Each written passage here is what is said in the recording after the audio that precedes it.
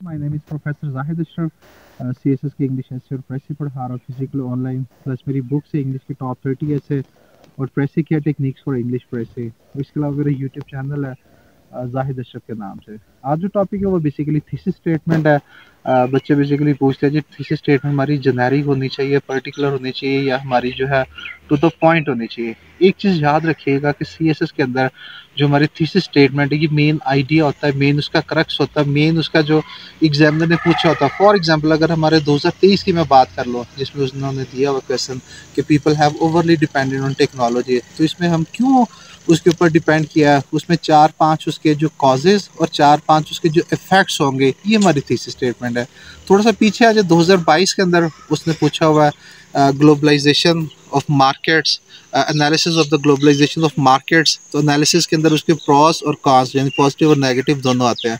तो thesis statement में क्या हो जाएगा, प्रॉस में क्या होता है, कम्युनिकेशन है, ई कॉमर्स है, पूरी जो वर्ल्ड है वो ग्लोबल विलेज बन चुका है। इस तरह 4-5 जो पॉइंट्स है वो आपके प्रॉस बन जाएंगे और 4-5 नेगेटिव। नेगेटिव में क्या है कि जी इंटरनेशनल जो हमारी एमएनसीज है उन्होंने भी होल्ड कर लिया है। फिर जितनी भी ग्लोबल ट्रेड है वो सिर्फ डेवलप कंट्रीज़ के पास है। फिर डेवलपिंग कंट्री का जो है वो बिल्कुल इकोनॉमी जो वो कम हो जाएगी। तो ये 4-5 हमारे प्रॉस और 4-5 कॉन्स जो है इसको हम थीसिस स्टेटमेंट करते हैं। अक्सर बच्चे थीसिस स्टेटमेंट में क्या लिखते हैं, Pakistan is facing social political economic. Examiner के ज़हन में जो भी होगा गलत बात है। फॉर एग्जांपल पेपर में आ जाता है आपका करप्शन, कॉजेज एंड रेमेडीज। इसकी थीसिस स्टेटमेंट क्या बनेगी कि there are many causes of corruption in Pakistan such as lack of accountability, absence of rule of law, weak judiciary and institutional crisis, and this problem can be eradicated by taking effective accountability, ensure rule of law, strengthen judiciary और bolster institutions. ये हमारी thesis statement है।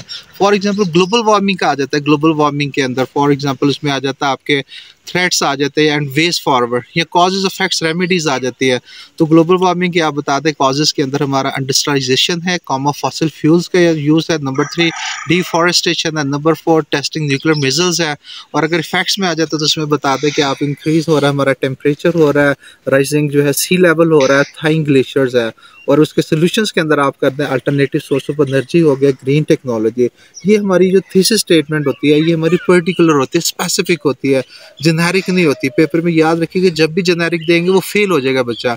और thesis statement कहाँ पे होती है, जब आप ऐसे लिखते हैं उसमें पहले 2-3 सेंटेंस उसके तमहीद होती है, उसके स्टार्टर होते हैं, उसके इम्पैक्ट होते हैं। जो 4th सेंटेंस या 3rd सेंटेंस वो हमेशा आपका थीसिस स्टेटमेंट होता है। ओके जी, थैंक यू। अल्लाह।